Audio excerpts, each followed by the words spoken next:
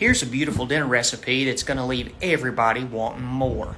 Makes a whole lot, but I tell you what, seconds for everybody is kind of hard to come by. First, you're going to take a Granny Smith apple and a white onion, chop those up and add them to your air fryer or to a skillet. Add a little bit of olive oil and some seasoning, whatever you enjoy, just to make sure nothing sticks and so it doesn't come out bland. Beautiful. We're going to set that at 375 in the air fryer, and it's only going to be in there like maybe 8 minutes. A little bit of ground cinnamon also helps to bring out all of those bold flavors in it. Now, if you're in the skillet, you're just going to do this. You're going to put it in there until it's good and tender, okay? Continue to fold these over to make sure that everything is covered in both your oil and your spices, and you're set and ready. Now, let's get on to the other part of it. Now we're going to be working on the crust of this beautiful dinner. We're going to take some of these regular old pastry sheets and pull these out. Going to take 2 of them. We're going to roll them out with our rolling pin to make sure they're really good and smooth, okay? Sometimes they can be just a little bit lumpy out of the packaging. So I have this big wooden one. You can use a stone one. I know a lot of folks have those really nice marble ones. It all works the same. My mama used to work with a Tupperware one that she would fill with warm water. As long as it gets nice and smooth, I think you're going to be absolutely fine. Just make sure that you keep those really nice and even and continue to roll those out for no creases. Now we're going to get into here for a little bit of a dipping sauce, okay? I'm going to add just a little bit of yellow mustard. You can add brown if you like, but I really enjoy this yellow. Just the classic will do. Fantastic.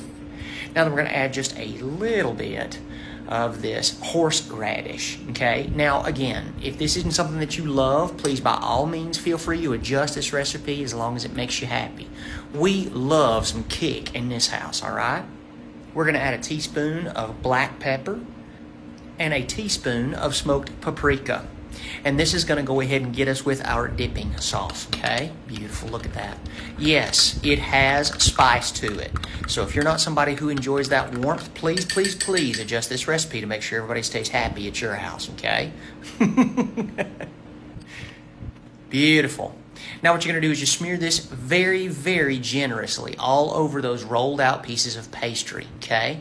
Beautiful. Please, please do not be stingy with this because this is going to help lock in a lot of that moisture of the meat that we're going to be using. First, we got prosciutto. I love this stuff. This cured Italian ham is gorgeous. Now, the recipe says 3.5 ounces, but if you got more and you want to use it, by all means. We love more around here, especially whenever it comes to ham. So throw it in there. Make sure it's awesome. Now, this is our apple and our onion that we've gone ahead and cooked until it was good and tender. You're going to put that right inside as well, and that's going to make a bed for the protein that we're about to add in for this. Okay? It's going to give you a real nice texture inside that. The flavor's wonderful too. Just a sprinkle of mozzarella cheese, because what is life without dairy? I do not have a good answer for you. Beautiful. A little Parmesan on the other one, just to make sure we got a soft cheese on one and a hard cheese on the other. Keeping everybody real happy at this house.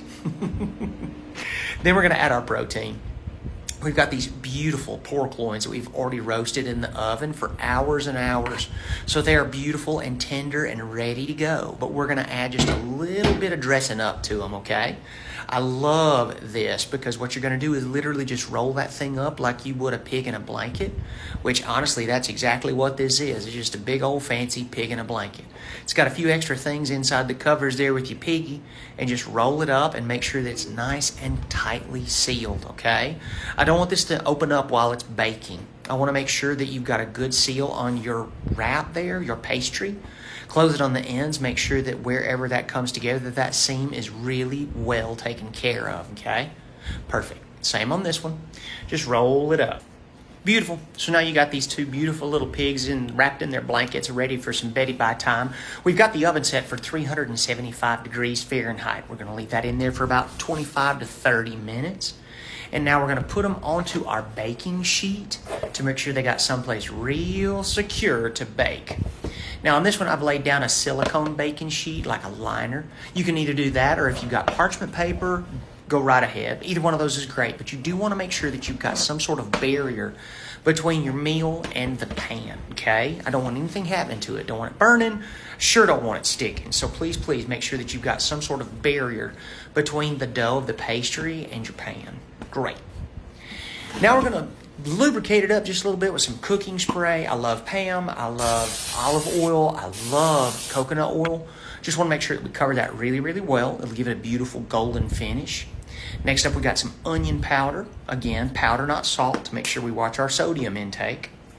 Coming up next, we got some garlic powder. Same thing, powders, not salts, to make sure that we don't just kill ourselves with sodium. Beautiful.